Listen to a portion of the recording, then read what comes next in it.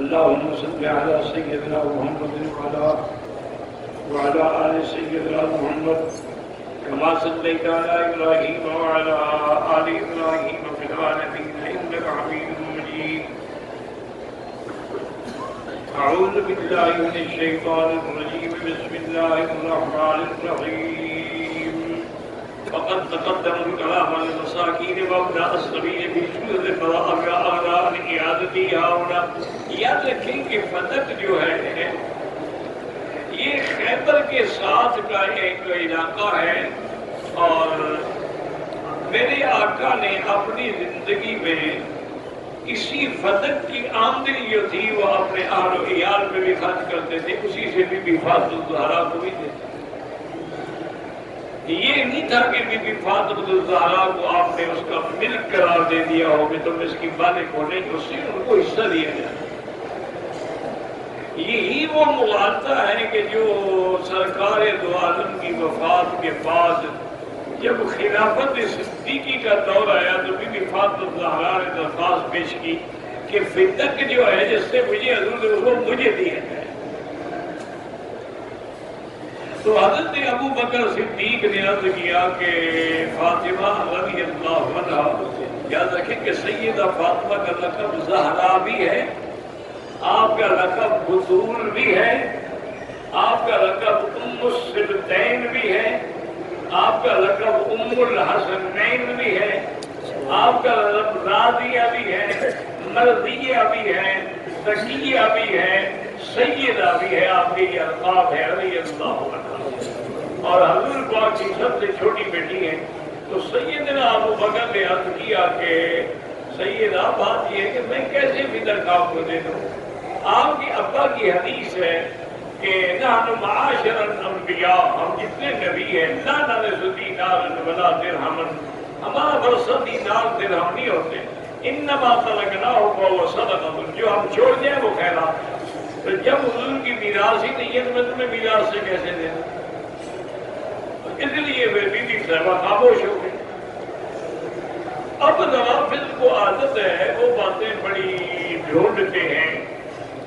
بخاری شریف کی ایک روایت میں ہے کہ بی بی صاحبہ نے سیدہ فاطمہ نے فلم تتکلم حتی ماتت، کہ بی بی نے پھر بات نہ کی حتیٰ کہ موت تک. یہ مانا یہ ہے کہ ابو بکر سے بات نہ کی. تو نتیجہ کیا نکلا کہ حضرت ابو بکر بھی ناراض ہو گئے. اور حضور نے فرمایا تھا کہ جو بی بی فاطمہ کو ناراض ہوئے اس نے مجھے ناراض کیا. من ابغضها فقد ابغضنی ومن ابغضنی، اور جو میرے ساتھ بغض رکھتا ہے وہ گویا کہ اللہ کے ساتھ بغض. اس لیے وہ اس روایت سے دلیل بناتے ہیں دو روایتوں کو جوڑ کے. حالانکہ اس میں جو ہے کہ لفظ ہے کہ فلم تک، مانا یہ ہے کہ جب حضور کی حدیث آ گئی تو پھر بی بی نے موت تک دوبارہ یہ بات نہیں چھیڑی. یہ مانا نہیں کہ ابو بکر سے بات نہیں کی، مانا یہ ہے کہ اس موضوع پہ پھر بی بی نے کبھی بات نہیں. یہ حدیث مل گئی، بات ختم ہو. اسی لیے یاد رکھیں کہ ایک روایت میں یہ بھی آتا ہے کہ حضرت ابو بکر رضی اللہ عنہ جب سیدہ بیمار تھی ان کی عیادت کے لیے آئے تو حضرت علی رضی اللہ تعالیٰ عنہ سے فرمایا کہ علی بی بی فاطمہ مجھ سے ناراض ہے، حالانکہ میں نے تو کوئی زیادتی نہیں کی، میں تو اپنی ساری جائیداد حضور پہ قربان کر دی، تم میں فدق روک کے کیا کرتا. میں نے تو حضور کی حدیث کی تعمیل کی ہے، لیکن اگر بی بی ناراض ہے تو میں اب دروازے پہ چل کے آیا ہوں، آپ جا کے بی بی سے معذرت کریں اور بی بی سے راضی ہو جائیں. تو حضرت علی نے جا کے کہا کہ حضرت ابو بکر راضیت ثم ضحکت، بی بی راضی بھی ہو گئی اور مسکرا بھی ہوئی. اور اسی طرح بھی یہ شام دیکھیں گے جب سیدہ فاطمہ الزہرا رضی اللہ تعالیٰ عنہ کا جنازہ جو ہے وہ رات میں ہو، اور جب جنازہ تیار ہو گیا تو سیدنا ابو بکر بھی موجود تھے اور سیدنا علی بھی موجود تھے. تو قاعدہ یہ ہوتا ہے کہ اگر میت کے اپنے رشتے داروں میں کوئی آدمی عالم ہے تو وہ حقدار ہے کہ جنازہ پڑھائے. یا تو حسن حسین پڑھائے، وہ چھوٹے تھے، مانا یہ ہے کہ علی پڑھائے. تو حضرت ابو بکر نے حضرت علی ہٹ گئے، فرمایا کہ ابا بکر کیا کہہ رہے ہیں؟ تمہیں حضور نے مسلم پہ کھڑا کیا تھا، میں بھی تو موجود تھا، مجھے تو کھڑا نہیں کیا. فاطمہ کا جنازہ صدیق پڑھائے گا، علی نہیں پڑھائے گا. سیدہ فاطمہ الزہرا کا جنازہ بھی ابو بکر نے پڑھایا ہے، جس میں ناراضگی والی بات کہا رہی.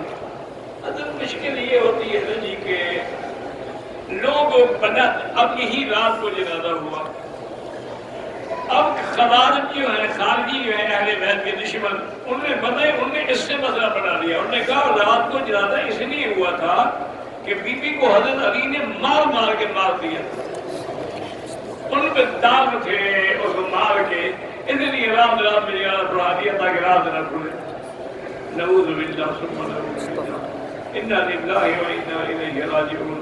حالانکہ وجہ یہ تھی کہ حضرت علی نے کہا تھا کہ سیدہ آپ کہتی ہیں کہ میرا جنازہ رات میں پڑھا دیں، آپ بنت رسول اللہ ہیں، ام الحسن والحسین ہیں، آپ کے لیے تو سارا مدینہ امڑے گا جنازہ پڑھنے کے لیے، میں کیوں رات کو پڑھاؤں؟